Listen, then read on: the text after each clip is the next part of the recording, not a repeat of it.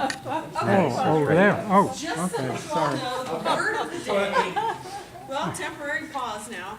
Word of the day, just to practice your French. Le dindon. It's for turkey. C'est le dindon. Yeah, turkey. French. La didon. Dindon. Dindon. She's saying it. Dindon. Well, there's a male turkey and there's a female turkey. La dinde. Yeah. So just in case you have French relatives. Sounds like hand. Sounds with hand. Ready? Sport is a big part of Steve's life. We all know this. He enjoys most sports, especially soccer, which is called football in the UK, football, rugby, and baseball. He is an ardent fan of Manchester United, follows the Green Bay Packers and Notre Dame and the Red Sox. Steve Winters, the importance of sport in life. The importance of sport in life, Steve Winters.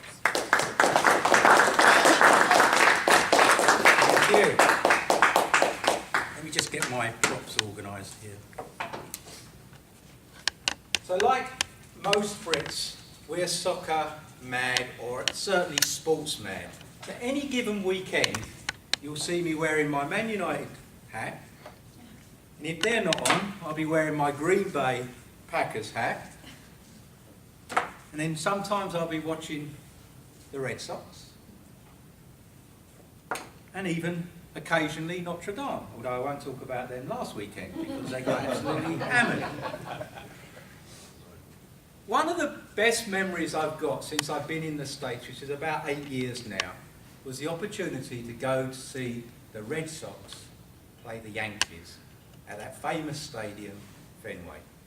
And I was sitting right next to the Green Monster, and being a Man United fan, I want to flip back and tell you what it is like to be at Old Trafford and what my expectations of going to Fenway Park were like. Now, Old Trafford is the biggest domestic stadium in the UK. It holds 80,000 people, and it's packed every home game. In fact, there's a waiting list to get tickets.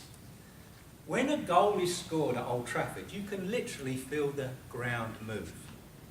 I've been in the stadium and it's like being in an earthquake. And it's really quite an intimidating place, especially for a first-time visitor. You wonder whether you're going to get out alive. So when I went to Fenway, I heard so much about this big rivalry between the Yankees and the Red Sox, and I thought something would be along these lines. Well, I was pleasantly surprised. It's much more civilised, or certainly it was the game that I went to.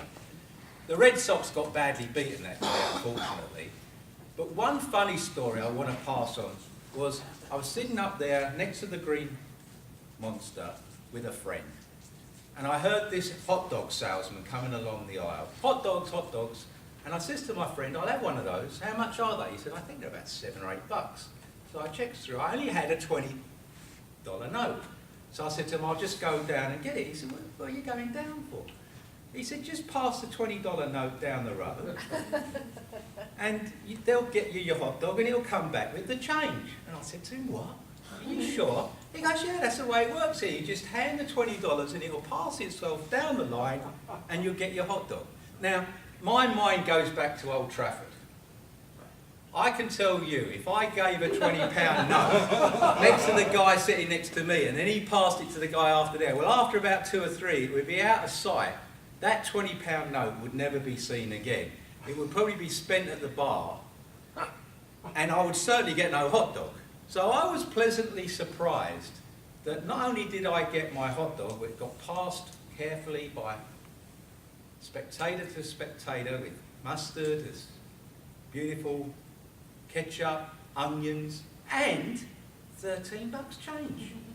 You guys are so much more civilised than we are. But seriously, why is sport important? Well, sport is important because I believe that it connects people. Not just the guys that follow sporting occasions, but the fact that the sport is entwined in our lives, or certainly my life, it really connects with people. And it's for 3 reasons, especially with children. As you may know, childhood obesity is becoming a bigger and bigger problem. The latest statistics that I read was over 31% of kids are either overweight or obese. So obviously getting them to play some active sport is a great way to keep them fit. But apart from that, it also builds teamwork. A lot of sports involve playing with teams. So you're not just reliant on your own abilities, you're reliant on those other members in your team. And it also develops at an early age competition, which hopefully you can carry on into later life. So fitness, teamwork and competition. One thing that drives me mad in modern society is this political correctness. I've been to competitions at schools where there are no winners. There's no firsts, there's no seconds, there's no thirds. All the kids get a medal for competing, which is nice. But I wonder whether that's really teaching them the lessons that go on for later life. Because certainly when you go out into the real world, it's a competition. You don't get a medal just for turning up. You have to strive to do the best you can. So I believe that teaching sports and getting into sports at an early age engenders that competition spirit. I was fortunate enough to train my son's football team from when he was 7 right up to 17. So I worked with them for 10 years. All those boys were different. I think there was about 15 or 16 in the squad. Some were stronger, some were faster, some were more athletic. But I encouraged them all to strive to do their best and to work within that team environment. And I'm pleased to say that they did individually improve, and as a team they certainly improved, because on the 8th year of my coaching, we went on to win the area final. And one of the nicest things that I still get out of those years, apart from spending those valuable times with my own son, was that a lot of those boys who are now in their 30s still keep in touch with me via Facebook. I get invites to weddings. I get involved with kids that they're bringing up. And it's just nice that I think in some small way I help to contribute to their upbringing and to make them the rounded people that they are.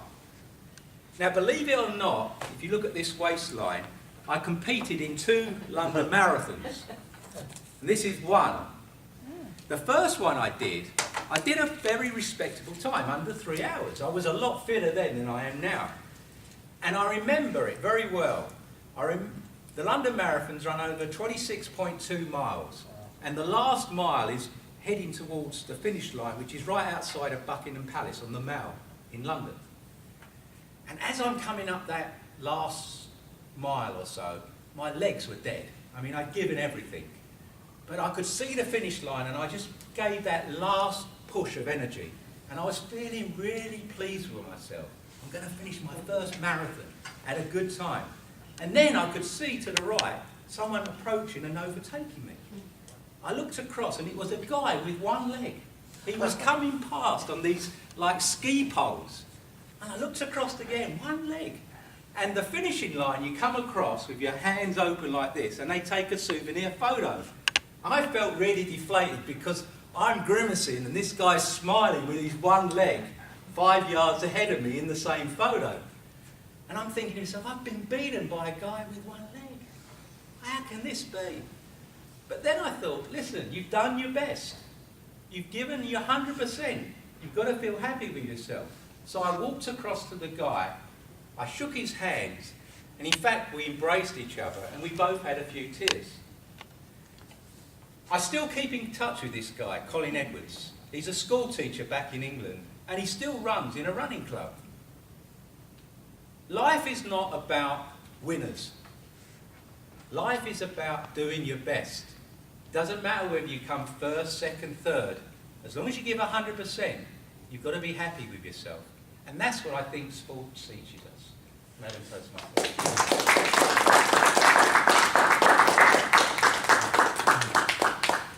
Our evaluator, Gary Sharp.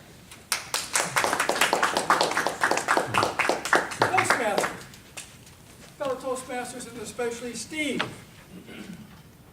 It's not often